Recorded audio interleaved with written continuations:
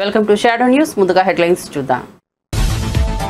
MLA కోట MLC ఎన్నికలు. AP అసెంబ్లీలో returning అధికారికి నామినేషన్ పత్రాలను అందించిన నాగబాబు నామినేషన్ ను బలపరిచిన నారా లోకేష్.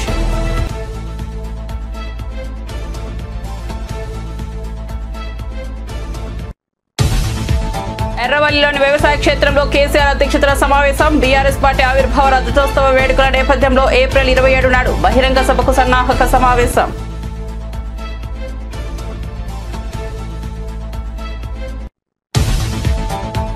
బీజేపీ రాష్ట్ర కార్యాలయంలో మహిళా మోర్చా ఆధ్వర్యంలో అంతర్జాతీయ మహిళా దినోత్సవం. ముఖ్య అతిథిగా హాజరైన కేంద్ర మంత్రి కిషన్ రెడ్డి, ఎంపీ డీకే అరుణ. భారతీయ జీవన విధానంలో మహిళలకు అత్యంత ప్రాధాన్యత ఉందన్న కిషన్ రెడ్డి. కడప జిల్లా ఓబులవారిపల్లె పోలీస్ స్టేషన్లో నమోదైన కేసులో పోసానికి బెయిల్ మంజూరు. నర్సారావుపేట ఆధునిక కోర్టులో కూడా బెయిల్ వస్తేనే బయటకు వచ్చే అవకాశం, లేకపోతే హైకోర్టుకు వెళ్లాల్సిన పరిస్థితి.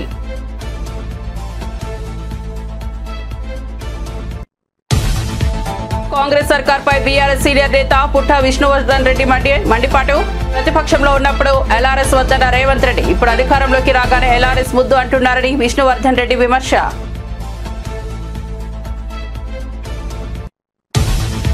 Yellow media. టీడీపీ నేతలు ప్రజలకు క్షమాపణలు చెప్పాలన్న వైసీపీ నేత. సూపర్ 6 ఎగ్గొట్టేందుకు అబద్దాలు ఆడారన్న పుత్తా శివశంకర్ రెడ్డి. జగన్ పై అప్పుల ఆరోపణలు, తప్పుడు ప్రచారం చేశారని వెల్లడి.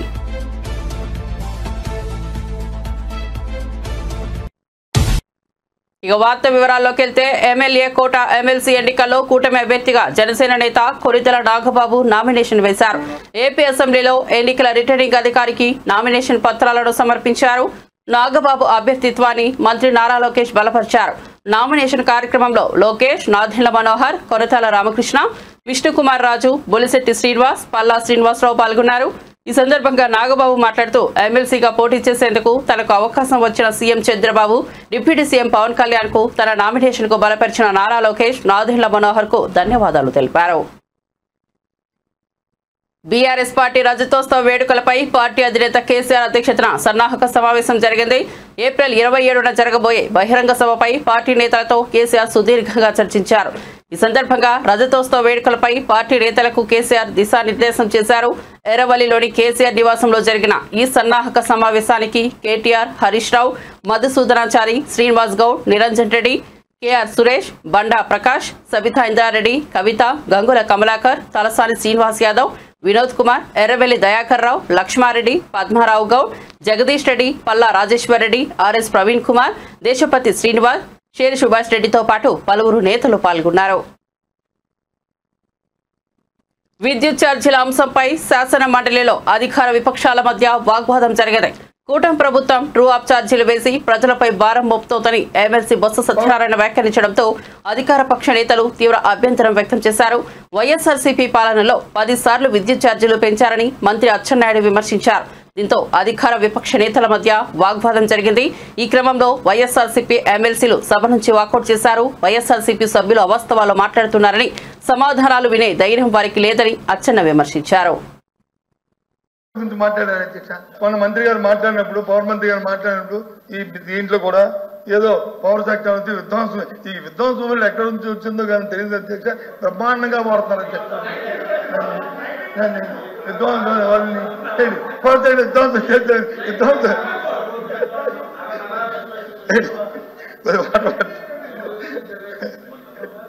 కొద్ది మంచిగా తాగండి. ఒక సెకండ్ ప్లీజ్. విధ్వంసం అయింది ఇప్పుడు లోపల.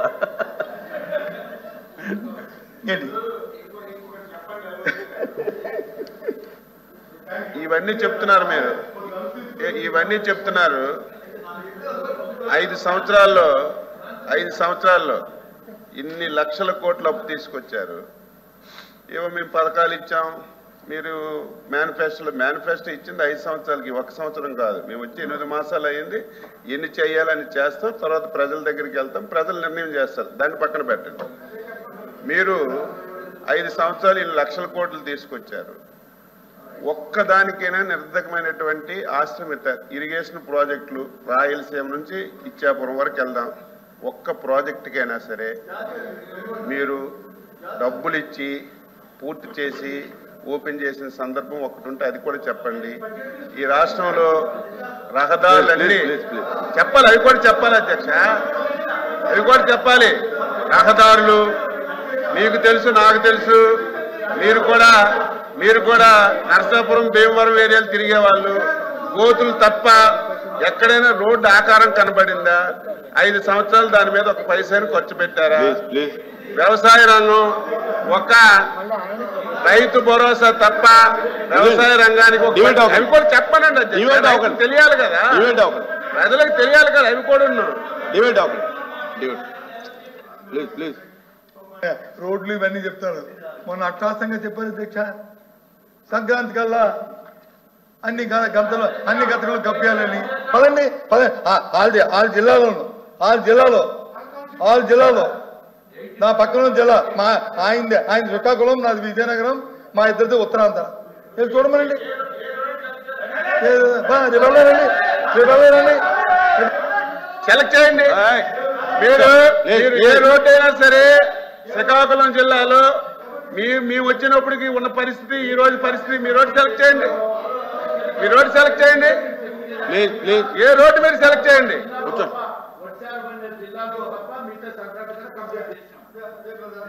చేసుకోండి సార్, రికార్డులో ఉన్నాయి చూడండి, ప్లీజ్ కంటిన్యూ. మంత్రి గారు మీ ప్రణాళిక అవి చెయ్యాలని కాలం పడుతుంది.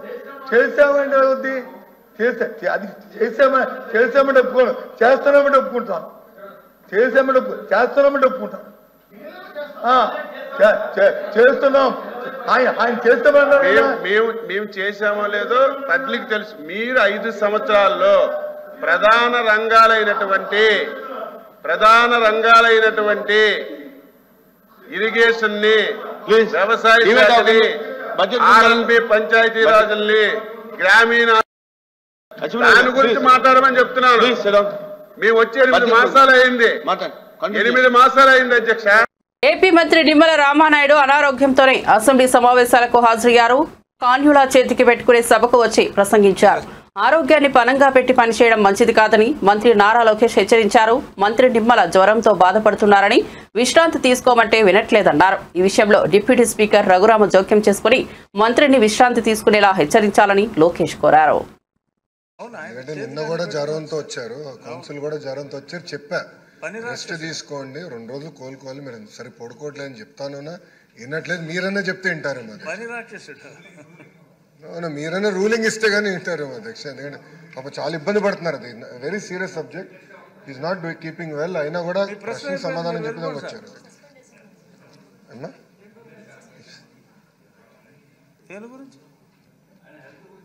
చెప్పండి. ఉద్యోగులకు డిఏ ఇవ్వకుండా అవుట్సోర్సింగ్ సిబ్బందికి వేతనాలు పెంచకుండా కాంగ్రెస్ ప్రభుత్వం అన్యాయంగా వ్యవహరిస్తోందని బీజేపీ నేత బండి సంజయ్ మండిపడ్డారు. డ్రైవర్లు, వర్క్ ఇన్స్పెక్టర్లకు 25% కంటే ఎక్కువ వేతనాలు తగ్గించడం దుర్మార్గమని అన్నారు. ఎమ్మెల్సీ ఎన్నికల్లో గుణపాఠం చెప్పినా ప్రభుత్వం తీరు మారలేదని విమర్శించారు. టీచర్ల సీనియారిటీ జాబితాను త్వరలో ప్రకటించి బదిలీలకు ప్రత్యేక చట్టం తీసుకువస్తామని మంత్రి లోకేష్ తెలిపారు. విద్యా వ్యవస్థలో టీచర్ల ప్రాధాన్యతను గుర్తించి వారి భారం తగ్గించే చర్యలు తీసుకుంటామని చెప్పారు. ఐబీ స్కూళ్లపై గత ప్రభుత్వం 5 కోట్లు ఖర్చు చేసి ప్రయోజనం లేకుండా చేసిందని విమర్శించారు. డ్రాప్ అవుట్ కూడా చూస్తే అన్నిట్లో కర్నూలు జిల్లా కర్నూలు పార్లమెంట్ వెనుకబడి ఉంది, అది వాస్తవం, దాంట్లో ఎలాంటి సందేహం లేదు. అందుకే మీరు ఈసారి చూస్తే డిఎస్సిలో రిక్రూట్మెంట్లో పెద్ద ఎత్తున కర్నూలుకే ఉపాధ్యాయులు రాబోతున్నారు అధ్యక్ష. చాలా సీరియస్గా తీసుకుంటున్నాను నేను, అది ఫస్ట్. రెండోది, అపార్ ఐడి అని కేంద్ర ప్రభుత్వం ఇప్పుడు స్లోగా మ్యాండేట్ చేస్తున్నారు. అంటే పిల్లలకి జీవితాంతం ఒక ఐడి వచ్చేస్తుంది, ఆధార్కి ఇంటిగ్రేట్ చేసి ఒక ఐడి వస్తుంది. సో కేజీ నుంచి పీజీ వరకు అదే ఐడి వాళ్ళతో ట్రావెల్ అవుతుంది. సో ఇప్పుడు మేము మాట్లాడుకున్నది ఏంటంటే అపార్ ఐడి ద్వారా మేము ట్రాక్ చేద్దాం, ఒక కంట్రోల్ రూమ్ పెట్టి ట్రాక్ చేసి పిల్లలు ఎక్కడున్నారు, ఒక వారం పాఠశాలకు రాకపోతే ఎందుకు రావట్లేదు, ఎక్కడికి వెళ్ళారు ఈ పిల్లలు అనేది ఇప్పటి నుంచి ట్రాక్ చేద్దాం.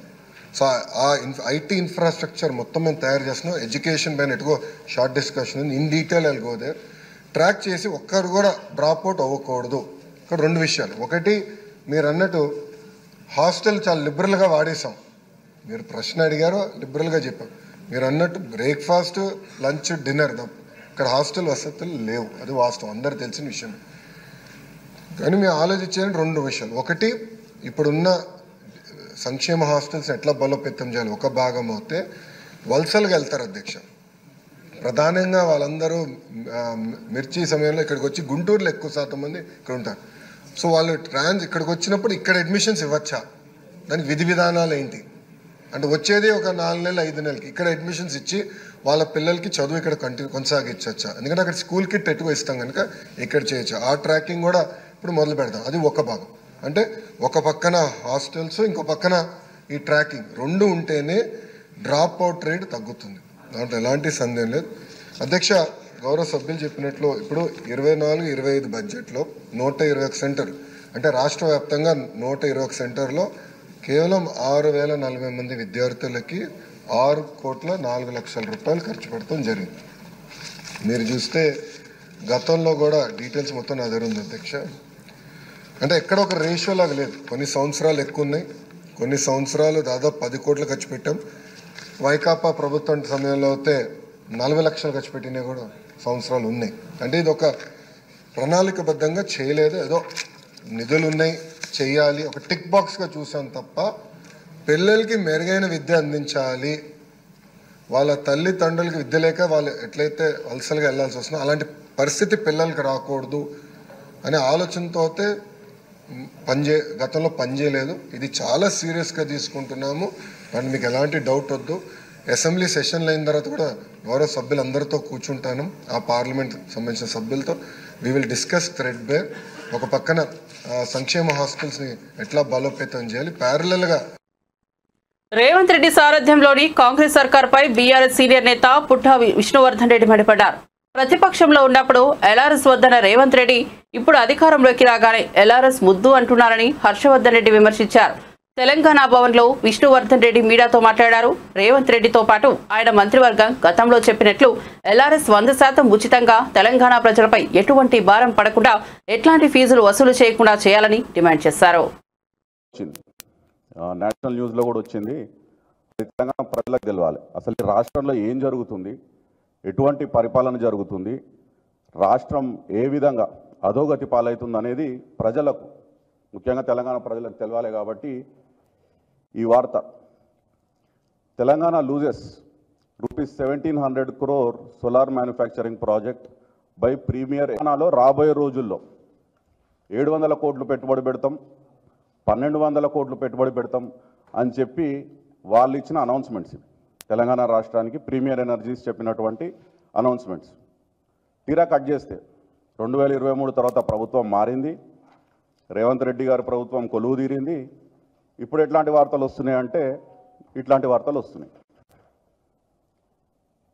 ఇది ఒకటే సంస్థ కాదు, ఈ ప్రీమియర్ ఎనర్జీస్ అనే ఒకటే సంస్థ కాదు. గతంలో కూడా తెలంగాణలో అమరరాజా బ్యాటరీస్ దాదాపు 9,500 కోట్ల రూపాయలతోని లిథియం అయాన్ బ్యాటరీస్ మ్యానుఫ్యాక్చరింగ్ యూనిట్ని వాళ్ళు దివిటిపల్లి మహబూబ్నగర్ జిల్లాలో గ్రౌండ్ బ్రేకింగ్ సెరమనీ కూడా చేసుకున్నారు. ఆనాటి 1000 కోట్లు పెట్టుబడి పెడతామని చెప్పి ఇక్కడికి వచ్చిన తర్వాత 3,000 కోట్లకు వాళ్ళ పెట్టుబడులు ఇంక్రీజ్ చేశారు. పెట్టుబడులు కానివ్వండి.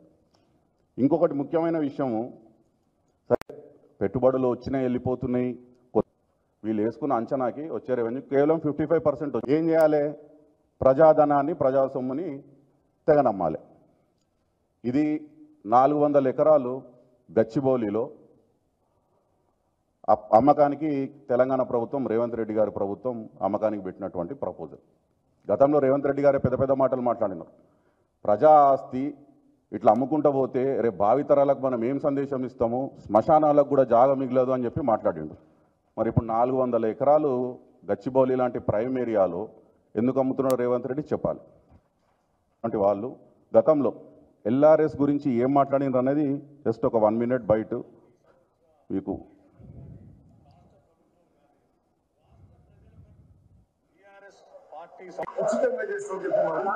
తెలంగాణ రాష్ట్రం దెబ్బతింటుంది, డ్యామేజ్ జరుగుతుంది. గత 15 నెలల్లోనే ఇప్పుడు మేము చెప్పినట్టు, మేము చూపించినట్టు కొత్త పెట్టుబడులు దేవుడు ఎరుగు, ఉన్న పెట్టుబడులు తరలిపోతున్నాయి. ఇంకా 3-3.5 సంవత్సరాలలో ఎట్లాంటి పరిస్థితి తెలంగాణ రాష్ట్రానికి ఏర్పడుతుంది? ఈ రెవెన్యూ లోటు ఏడికి తీసుకుపోతున్నారు? కేసీఆర్ గారు ప్రతి సంవత్సరం తలసరి ఆదాయంలో 1,20,000 నుంచి 3,50,000 రూపాయలకు పెంచారు. జిఎస్డిపి వచ్చేసి 5 లక్షల కోట్ల నుంచి దాదాపు 15 లక్షల కోట్లకు పెంచారు కేసీఆర్ గారు. కానీ ఇప్పుడు ఏమైంది? మొత్తం నెగిటివ్ రెవెన్యూ కానీ ఎవ్రీథింగ్, సొంత రాబడి కానీ అన్ని నెగిటివ్ అయింది. ఆ రోజు కేసీఆర్ గారు ప్రభుత్వంలో మేము చెప్పుకున్నాం, చాలా గర్వంగా చెప్పుకున్నాం, compounded annual growth rate year on year 17.5. Jagan ప్రభుత్వంపై అప్పుల ఆరోపణలు చేసిన ఎల్లో మీడియా చంద్రబాబు, పవన్ కళ్యాణ్, లోకేష్, పురంధేశ్వరి బహిరంగంగా క్షమాపణలు చెప్పాలని వైసీపీ అధికార ప్రతినిధి పుత్తా శివశంకర్ రెడ్డి డిమాండ్ చేశారు. రాష్ట్రం అప్పుల్లో ఉందన్న అబద్ధాల ఓట్ల కోసం చెప్పారని, సూపర్ 6 అమలు అడ్డుకోవడానికే ఆరోపణలు చేశారని విమర్శించారు. తప్పించుకోలేక వాళ్ళు ఇచ్చినటువంటి అఫీషియల్ రిటర్న్ స్టేట్మెంట్ ఆ సమాధానము ఏ అండ్ బీసీ ప్రభుత్వం మరియు ప్రభుత్వ రంగ సంస్థలు సేకరించినటువంటి సంవత్సర వారీ రుణాలు వివరాలు అనుబంధం ఉన్నాయని చెప్పి పై సమాధానము గౌరవనీయులైనటువంటి ఆర్థిక ప్రణాళిక వాణిజ్య పన్నుల మరియు శాసనసభ వ్యవహారాల మంత్రి వారి యొక్క ఆమోదం పొందింది. ఆర్థిక శాఖ యుఓ నోట్ నెంబర్ 2722-806 తేదీ 6/3/2025 పయ్యావుల కేశవ గారి ఆర్థిక మంత్రి ఆమోదముతో శాసనసభ సాక్షిగా ఆంధ్రప్రదేశ్ రాష్ట్ర ప్రజల సాక్షిగా రిటర్న్గా ఇచ్చినటువంటి అప్పుల వివరాలు ఏంటో ఒక్కసారి చూద్దాం. వాళ్ళు చెప్పినటువంటి 14 లక్షల కోట్ల, వాళ్ళు కూసినటువంటి 11 లక్షల కోట్ల ఏంటని వాళ్ళు ఇచ్చినటువంటి సమాధానం ప్రకారము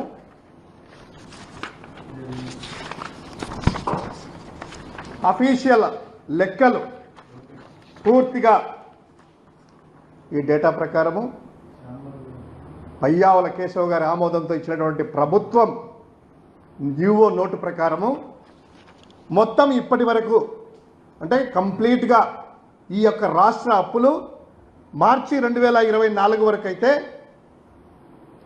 4,91,734 కోట్లు government debt outstanding per AG accounts. తర్వాత ప్రభుత్వ రంగం యొక్క సంస్థలు PSUs public sector undertaking unit సంబంధించినటువంటి వారి యొక్క రుణాలు 1,54,791 మొత్తం 5,19,192 యాజ్ ఆఫ్ మార్చ్ 2024 వరకు 24 ఆర్థిక సంవత్సరం ముగిసే నాటికి మొత్తం అంతకుముందు చంద్రబాబు చేసిన జగన్మోహన్ రెడ్డి గారు చేసిన ఈ రాష్ట్రం యొక్క అప్పు ఎంతుందయ్యా అంటే వాళ్ళు చెప్పినటువంటి పూర్తి లెక్కలు తీసుకున్నా కూడా ఇప్పటి వరకు వేసుకున్నా కూడాను జూన్ వరకు 2024 జూను అదేవిధంగా డిసెంబర్ 31 వరకే ఇచ్చారు. ఎందుకంటే మిగతా అప్పులు ఇస్తే కనుక వాళ్ళు ఎక్కువ కనిపిస్తాయి కదా. ఈ లెక్కల ప్రకారము జగన్ గారు రాకముందు వాళ్ళు ఇచ్చినటువంటి జగన్ గారు రాకముందు అంటే గత తెలుగుదేశం ప్రభుత్వ హయాంలో రాష్ట్ర ప్రభుత్వం యొక్క అప్పు 2,57,509 కోట్లు, ప్రభుత్వ గ్యారంటీలు 2019 జగన్ గారు రాకముందు 49,442 మొత్తముగా 3,06,951 కోట్లని వాళ్ళు ఇచ్చినటువంటి లెక్కలు. అదేవిధంగా వారు తీసేసిన లెక్కల ప్రకారమే ఆ 3,06,951 కోట్లు తీసేస్తే 3,70,898 కోట్ల రూపాయలు జగన్ గారి హయాంలో చేశారు. ఎంత? 3,70,898. 2 సంవత్సరాలు కోవిడ్ ఉన్నప్పటికీ మొత్తము నవరత్నాల అమలు చేసినప్పటికీ ఆర్థిక క్రమశిక్షణ పాటించడం ద్వారా వాళ్ళ లెక్కల ప్రకారము జగన్ గారి హయాంలో మొత్తం 3,70,898 కోట్ల రూపాయలు మాత్రమే. ఏది నేను చెప్పినటువంటి అన్ని సర్కమ్స్టెన్సెస్లో నవరత్నాల అమలు, డైరెక్ట్ బెనిఫిషరీస్కి డీబీటీ ద్వారా నాన్ డీబీటీ ద్వారా చేసినటువంటి పథకాలే కాకుండా 2 సంవత్సరాలు కోవిడ్ ద్వారా అల్లకల్లోలమైనటువంటి ఆర్థిక వ్యవస్థ. శాసన మండలిలో వైఎస్ఆర్సీపీ సభ్యులు ప్రవర్తిస్తున్న తీరుపై మంత్రి పయ్యావుల ఆగ్రహం వ్యక్తం చేశారు. సభ నుంచి వైఎస్ఆర్సీపీ సభ్యులు వాకౌట్ చేయడంపై ఆయన మండిపడ్డారు. అసెంబ్లీలో డ్రాపౌట్లు, మండలిలో వాకౌట్లు చేస్తున్నారని విమర్శించారు. వైఎస్ఆర్సీపీ సభ్యుల తీరు మార్చుకోకపోతే ప్రజా జీవనం నుంచి త్వరలోనే డ్రాపౌట్ అవుతారని వ్యాఖ్యానించారు. వార్షిక బడ్జెట్పై శాసన మండలిలో చర్చ సందర్భంగా ఆయన ప్రసంగించారు. ప్రజల నుంచి కోసం ప్రజల మంచి కోసం వైఎస్ఆర్సీపీ సభ్యుల సలహాలు, సద్విమర్శలను స్వీకరిస్తామని తెలిపారు. మా అచ్చెన్నాయుడు గారు చెప్పినట్టు ధైర్యం లేకనే పారిపోయినట్టు కనిపిస్తుంది. Very unfortunate. చాలా ఓపికగా కూర్చున్నాం. ఎందుకనంటే సభ్యులు అనేక ప్రశ్నలు లేవనెత్తారు, ప్రజలకి రాంగ్ మెసేజ్ పంపించారు. ఇక్కడ నుంచి వాటిని సరిదిద్దాలి అనేటువంటి ఉద్దేశంతో ఇక్కడికి వచ్చాం అధ్యక్ష. దీని మీద కుమార్ రవికుమార్ గారి దగ్గర నుంచి చివరికి బొత్స సత్యనారాయణ వరకు 20 మంది సభ్యులు మాట్లాడారు అధ్యక్ష. 20 మంది సభ్యులు చాలా వాళ్ళు మాట్లాడుతూ బాధ్యత రాహిత్యంగా మాట్లాడినటువంటి పరిస్థితులు ఉన్నాయి అధ్యక్ష. మద్యం ఏరులై పారుతోంది. అసలు బడ్జెట్ లో మద్యం ఏరులై పారి మహిళల మీద అఘాయిత్యాలు పెరిగిపోయేంత పరిస్థితికి వెళ్ళిపోయింది. గాంజాయి డ్రగ్స్ గురించి, ఆర్థిక విధ్వంసం గురించి, ఇట్లా రకరకాల అంశాల గురించి వాళ్ళు మాట్లాడుతూ వచ్చారు సార్. అమరావతి గురించి, పోలవరం గురించి వీళ్ళు మాట్లాడితే వాటన్నింటికీ రిప్లైలు చెప్దాము, ఏం చేసింది ఈ ప్రభుత్వం, ఎట్లా ముందుకెళ్తోంది అనేటువంటి ఒక సదుద్దేశంతో మేము వెయిట్ చేస్తే ఈరోజు సభలో లేకుండా వెళ్ళిపోవడం అనేది నిజంగా వాళ్ళు వ్యూహాత్మకంగానే వచ్చారు అధ్యక్ష. మీరు కూడా మాకు సహకరించి రేపటి నుంచి వాళ్ళు లేవనెత్తే అంశాలకి ఎప్పటికప్పుడు మా మంత్రులు ఎవరైనా లేచి రిజైండర్స్ రిప్లైస్ ఇస్తే ఇవ్వడం బెటర్ అధ్యక్ష. ఇప్పుడు ఏమైతుంది అధ్యక్ష, వాళ్ళు మాట్లాడారు వెళ్ళిపోయారు, మేము ఎవరికి చెప్పాలి అధ్యక్ష? ప్రజలకు చెప్పండి. అదే అధ్యక్ష, అంటే ఆడు ఉంటే ఆ చెప్పే విధానమే మార్పు వస్తుంది అధ్యక్ష. మేమేదో 4 గోడలకు చెప్పడానికి కాదు కదా అధ్యక్ష ఉన్నది. రాష్ట్ర ప్రజానీకానికి ఖచ్చితంగా ఈ వేదిక ద్వారా సమాధానం చెప్తాం. కాబట్టి వాళ్ళ వైఖరిని మార్చుకోకపోతే తమరు మాకు ఎప్పటికప్పుడు అవకాశాలని పెంచి ఎప్పటికప్పుడు మేము క్లారిటీ ఇచ్చేటువంటి అవకాశం వస్తే అధ్యక్ష, వాళ్ళు గతంలో ఇది ఎట్లాగో ఇది పనికిరాదు కాబట్టి కూర్చొని ఓపికగా విందామనేటువంటి పరిస్థితిలోకి వస్తారు అధ్యక్ష. ఇక బడ్జెట్లోకి వెళ్లే ముందు సభ్యులు ఉంటే మాట్లాడేది వైఖరి వేరుండేది అధ్యక్ష, లేనప్పుడు మాట్లాడేది అలవాటు చేసుకోవాల్సి వస్తా ఉంది అధ్యక్ష. బడ్జెట్ అనేటువంటి కార్యక్రమానికి ఎంతో పవిత్రమైంది అధ్యక్ష. ప్రభుత్వం ఖర్చు పెట్టే ప్రతి రూపాయిని కూడా శాసనసభకు తెలిపి శాసనసభ ఆమోదం ద్వారా మాత్రమే ఖర్చు జరగాలి అనేటువంటి ఆలోచనతో ప్రవేశపెట్టినటువంటి ఈ బడ్జెట్ ని శాసనసభలోను శాసన మండలిలోను సుదీర్ఘంగా చర్చించి సలహాలు, సూచనలు, విమర్శలతోటి అనేక ఆలోచనలతోటి వచ్చిన తర్వాత బడ్జెట్ ని ఆమోదించడం జరుగుతూ ఉంది అధ్యక్ష. ఈ సభలో ఎట్లా నడిచింది, ఆ సభలో ఎట్లా నడిచింది అనేటువంటిది ఒక్కసారి చూస్తే అధ్యక్ష, మేము మంచి చేసే ప్రయత్నం చేస్తున్నాం అధ్యక్ష. మంచి చేసే ప్రయత్నం చేసినప్పుడు సద్విమర్శలు చేయొచ్చు, సలహాలు చేయొచ్చు, వాటిని రిసీవ్ చేసుకోవడానికి మేము సిద్ధంగా ఉన్నాం అధ్యక్ష. వాళ్ళు మంచి చేయలేకపోతే మంచి చేసే వాళ్ళని చేయనిచ్చినా పర్వాలేదు, కానీ ఇట్లా అసెంబ్లీ లేకపోతేనేమో డ్రాప్ అవుట్లు అయిపోతారు అధ్యక్ష. స్కూల్లో పిల్లలు డ్రాప్ అవుట్ అయినట్టు ఎమ్మెల్యేలు కూడా డ్రాప్ అవుట్ అసెంబ్లీ నుంచి అయిపోయారు. ఇక్కడికి వస్తేనేమో వాకౌట్ అయిపోతున్నారు. అదే ఇక్కడికి వస్తే అక్కడ డ్రాప్ అవుట్ అవుతున్నారు, ఇక్కడ వాకౌట్ అవుతున్నారు అధ్యక్ష. వాళ్ళు ప్రజా జీవనంలో నుంచి కూడా డ్రాప్ అవుట్ అయ్యేటువంటి రోజులు తొందరలోనే ఉన్నాయి అధ్యక్ష. ఇదే వైఖరి వాళ్ళు ఇట్లానే వెళ్తే ప్రజా జీవనం నుంచి కూడా వాళ్ళు డ్రాప్ అవుట్ అయ్యేటువంటి రోజులు తొందరలోనే ఉన్నాయనేటువంటిది ఈ సందర్భంగా అధ్యక్ష. ఇవాళ వీళ్ళు అనేక తప్పులు పడుతున్నారు అధ్యక్ష. నిజంగా గత ప్రభుత్వ హయాంలో 66,967 బెల్ట్ దుకాణాలు ఉన్నాయని, మద్యం నిషేధంపై వైఎస్ఆర్సీపీ నేతలకు మాట్లాడే హక్కు లేదని మంత్రి కొల్లు రవీంద్ర అన్నారు. నాసిరకం మద్యం వల్ల అనేక మంది ప్రాణాలు కోల్పోయారని, జంగారెడ్డిగూడెంలో కల్తీ మద్యం తాగి 42 మంది మరణించారని గుర్తు చేశారు. బెల్ట్ షాపులపై టీడీపీ ప్రభుత్వం కఠిన చర్యలు తీసుకుంటోందని, నాసిరకమైన 29 మద్యం బ్రాండ్లను నిషేధించామని తెలిపారు. ఈఎన్ఏ మీద 13 రకాల టెస్టులు చేస్తున్నాం అధ్యక్ష. అదేవిధంగా విస్కీ, బ్రాందీ, జిన్, వోడ్కాపై 9 రకాల పరీక్షలు చేస్తున్నాం అధ్యక్ష. అట్లాగే రమ్ము పైన 10 రకాల పరీక్షలు, బీరు 7 రకాల పరీక్షలు నిర్వహిస్తున్నాం. మద్యం ఏ స్థాయిలో కూడా కల్తీ కాకూడదని చెప్పేసి మొత్తం డిస్టిలరీ లెవెల్లో, డిపోల్లో, మద్యం షాపుల్లో, అలాగే బార్లలో కూడా ఆకస్మిక తనిఖీలు చేసి శాంపిల్స్ సేకరించి వాటి మీద కూడా ఎప్పటికప్పుడు రిపోర్ట్ చేసుకోవడం జరుగుతుంది అధ్యక్ష. ముఖ్యంగా ఎన్డీపీఎల్ నిర్మూలన చేయడం వల్ల అధ్యక్ష మన బోర్డర్ జిల్లాలో 62% గ్రోత్ వచ్చింది అధ్యక్ష. Volume growth 62%. గతంలో ఏంటంటే ఇక్కడ ఉన్నటువంటి కల్తీ మద్యం వల్ల కానీ, ఇక్కడ ఉన్నటువంటి రేట్ల వల్ల కానీ పక్క రాష్ట్రం సరికొత్త కూడా మన రాష్ట్రం రావడం వల్ల మన ఆదాయం వాళ్ళకపోయింది అధ్యక్ష. అట్లాగే చిత్తూరు జిల్లాలో 57%, అల్లూరు జిల్లాలో 54%, అనంతపురంలో 38%, శ్రీకాకుళంలో 16% మనకి అక్కడ వృద్ధిలోకి రావడం జరిగింది అధ్యక్ష. పక్కన ఉన్నటువంటి తెలంగాణతో మనకి గతంలో వాళ్ళకి మనకున్న డిఫరెన్స్ 4,000 కోట్లు అయితే 2019లో, తర్వాత 42,000 కోట్లకి వాళ్ళకి మనకి డిఫరెన్స్ వచ్చింది అధ్యక్ష.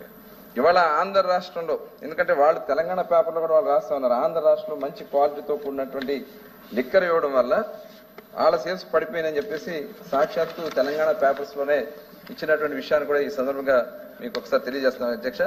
దానివల్ల తెలంగాణలో అమ్మకాలు 3.28% తగ్గాయి. ఆంధ్ర రాష్ట్రంలో 14.43% పెరిగినాయి అధ్యక్ష. అంటే ప్రభుత్వం ఎంత పారదర్శకంగా ఉందనే దానికి ఇదే ఒక నిదర్శనం అధ్యక్ష.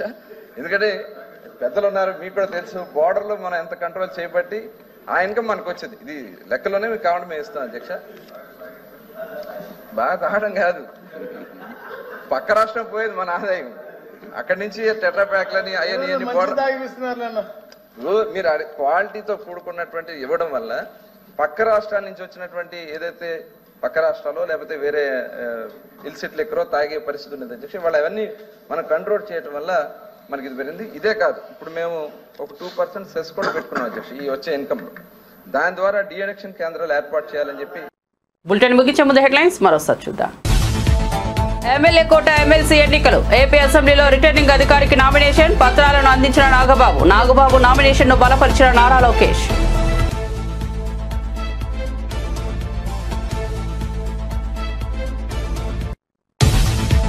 ఎర్రవల్లిలోని వ్యవసాయ క్షేత్రంలో కేసీఆర్ అధ్యక్షతన సమావేశం. బీఆర్ఎస్ పార్టీ ఆవిర్భావ రజతోత్సవ వేడుకల నేపథ్యంలో ఏప్రిల్ 27 నాడు బహిరంగ సభకు సన్నాహక సమావేశం.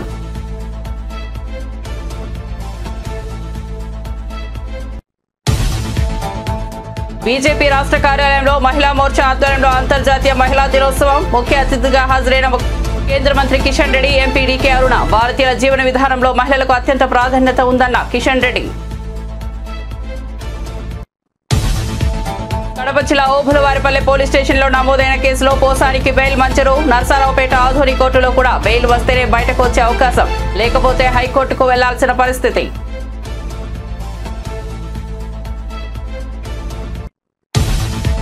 కాంగ్రెస్ సర్కార్పై బీఆర్ఎస్ సీనియర్ నేత పుట్ట విష్ణువర్ధన్ రెడ్డి మండిపాటు. ప్రతిపక్షంలో ఉన్నప్పుడు ఎల్ఆర్ఎస్ వద్దన్న రేవంత్ రెడ్డి, ఇప్పుడు అధికారంలోకి రాగానే ఎల్ఆర్ఎస్ ముద్దు అంటున్నారని విష్ణువర్ధన్ రెడ్డి విమర్శ.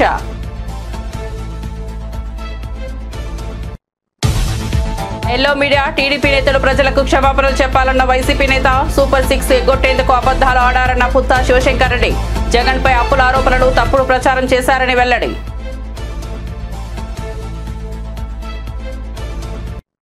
మరిన్ని అప్డేట్స్ కోసం చూస్తూనే ఉండండి షాడో న్యూస్.